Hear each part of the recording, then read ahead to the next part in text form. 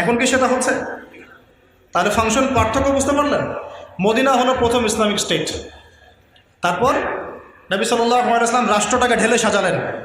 প্রথমে আনসার আর মুহাজিরদের মধ্যে ভ্রাতৃত্বের বন্ধন সৃষ্টি করলেন। কেন এটা জরুরি? কারণ জনগণের মাঝে যদি ঐক্য না থাকে, আপনি জনগণকে নিয়ে দিন কায়েম করতে পারবেন না। এটার অভাবেই তো আমরা ভুগছি। এই কারণেই তো পারছেন না বা পারছি না। পারবেন কিভাবে? আমরাই তো আমাদের শত্রু হয়ে গেছি।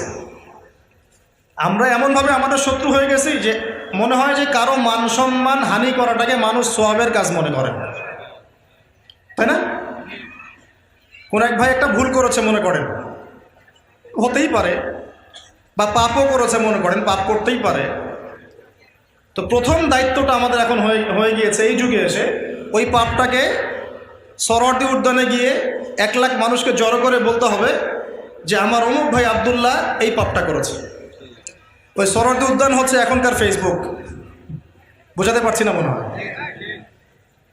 আপনার এক ভাই ভুল করেছে, আপনি তাকে কিছু বললেন না, তাকে নকও করলেন না, ভুল সংশোধনও করলেন না, তাকে বললেন না যে ভাই আপনার এই কাজটা ভুল হচ্ছে, আপনি ইসলাহ করলে ভালো হয়।